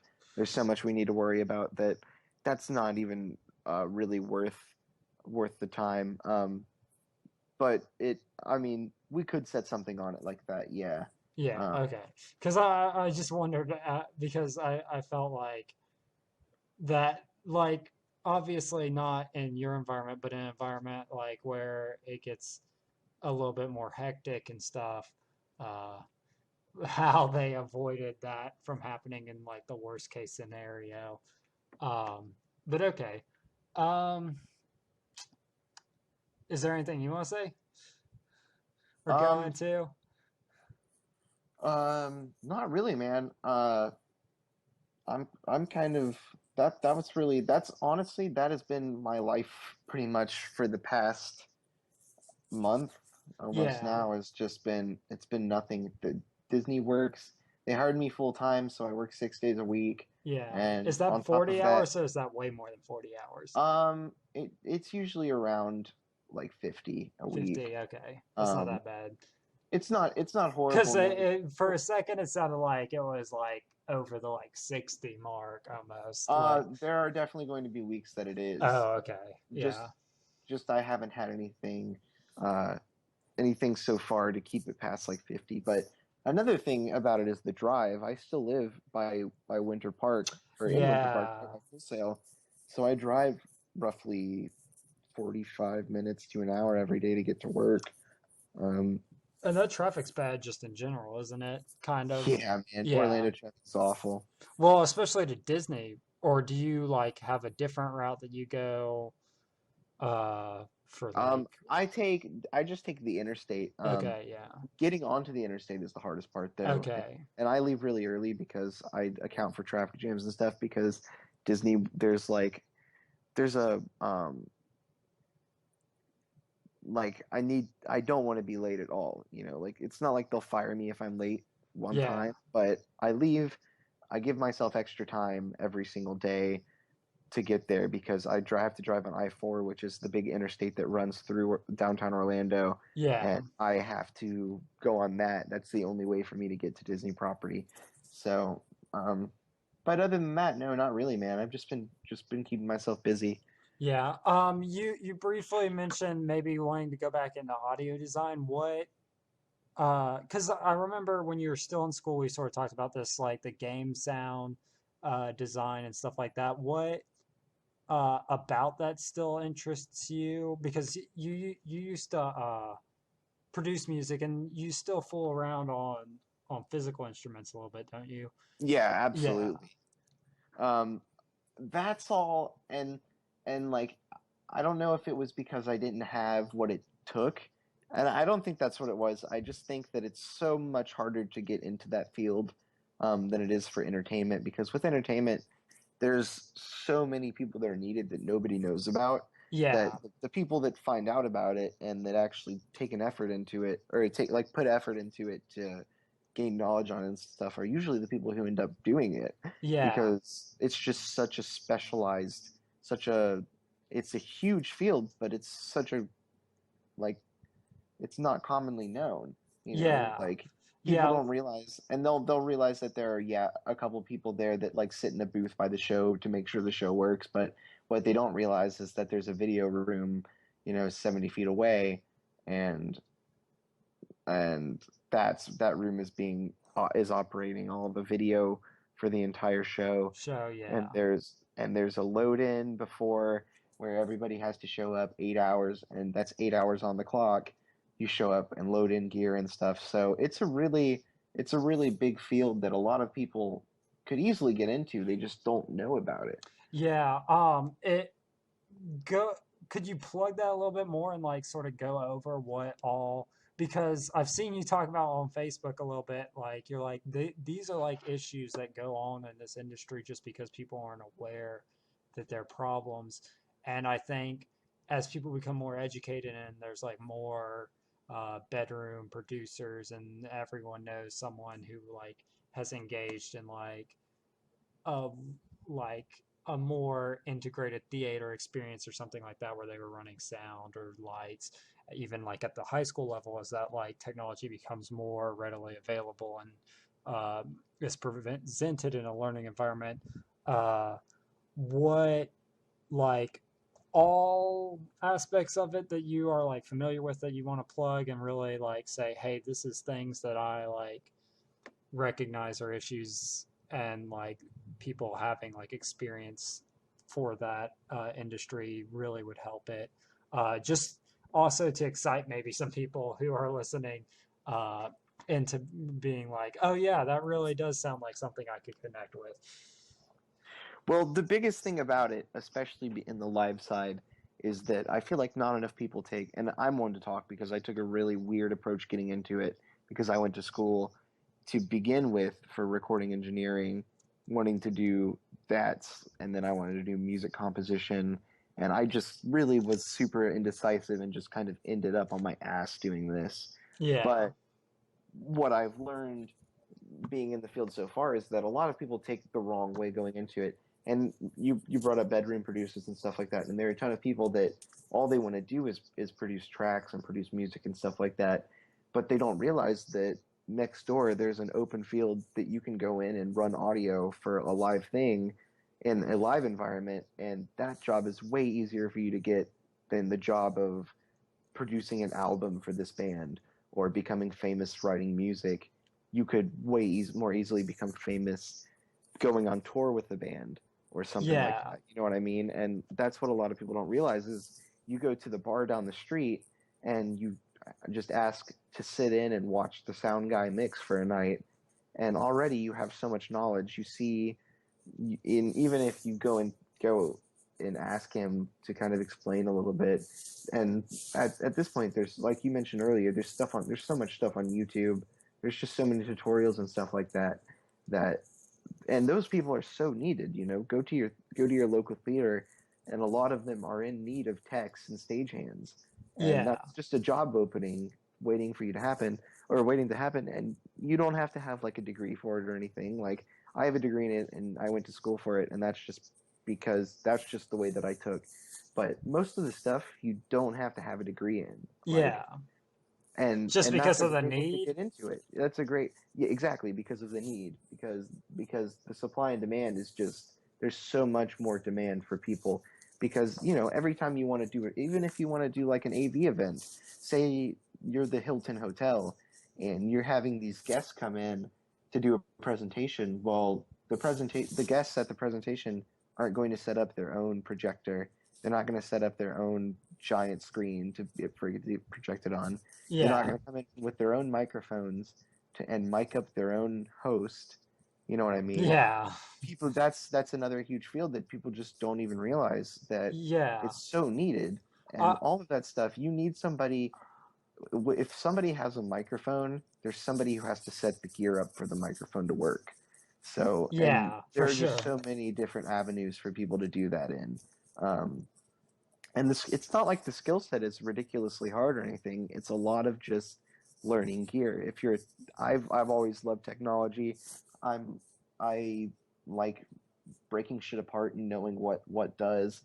So if you're somebody like that, it's really, really not hard for you to get into the field and for you to just to because the industry is really a word of mouth industry. Yeah. And that's the huge thing of it's taken very personally because it's such a even with all the unions and stuff like that, it's such a small industry. It's such a close knit group of people, especially in touring, Yeah. that if somebody like blacklists you, Uh-huh.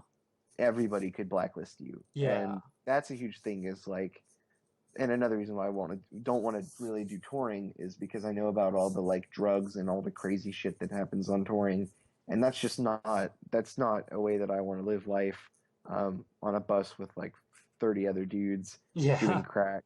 Yeah. Um, but yeah, I mean, all you need to do is just try to immerse yourself in it with all the YouTube stuff and all the kind people that all the like people that do entertainment like to talk about entertainment, even if it's to somebody they don't know what they're talking about. So I would guarantee you, myself included, that like 80-90% of people, if you go up to them and ask if you can shadow them or give them some tips and let them know what they're doing or what you're doing, they will be interested in telling you that, yeah, okay, this is how this happens, this is what this does, Yeah. enough for you to at least gather a little bit of intelligence, a little bit of knowledge from it, and then you Yeah. can move on to the next place or look up something on YouTube and be like, oh wow, I was told about that today when I went to go shadow, the lighting person at my local theater. So there's just a lot of the people in the industry are willing to.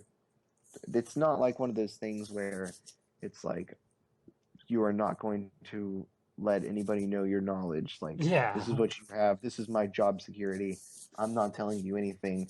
There's such a huge supply for people that pretty much anybody will help you out and will kind of help you to understand what it is, because there's just the more people we have, the better, the more shows we can do, the better productions we can do.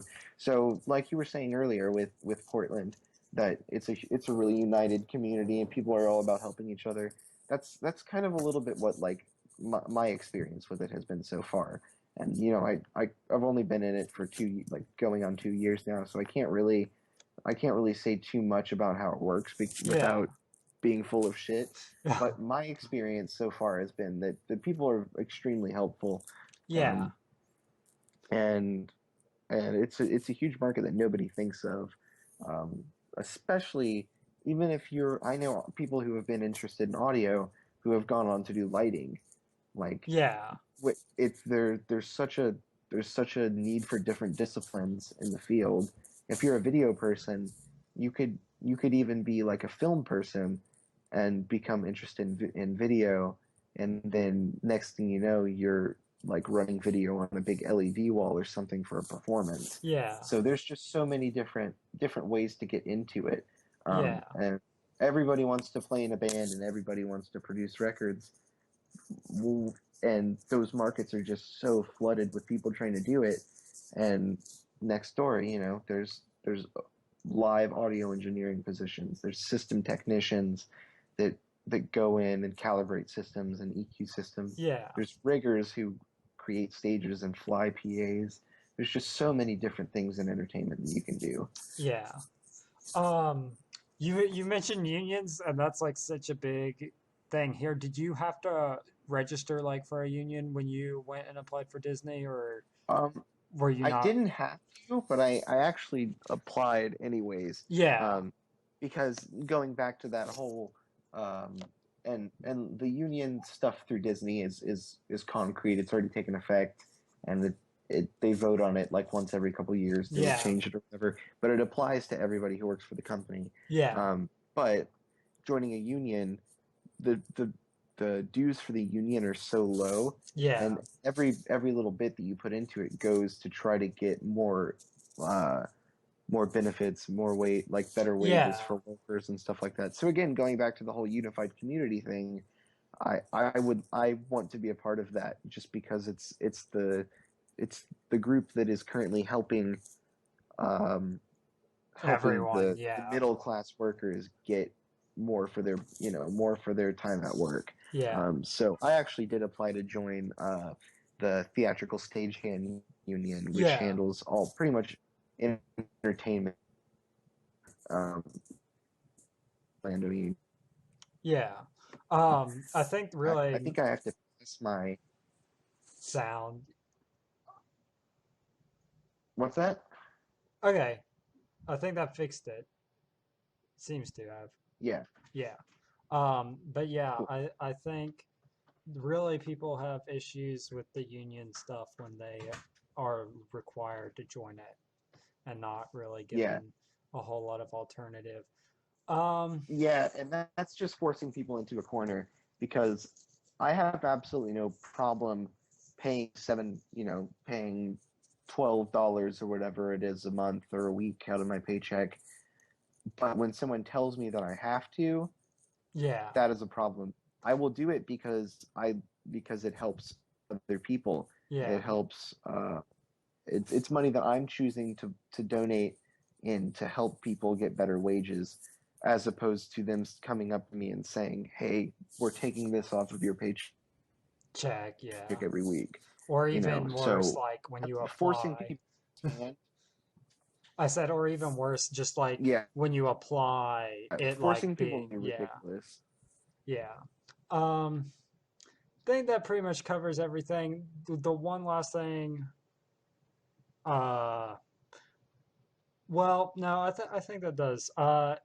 Is there or any last comments about anything at all? It was really fun. It was an awesome time. Yeah, I'd like to come back on again soon in the future with yeah, hopefully some more cool stories.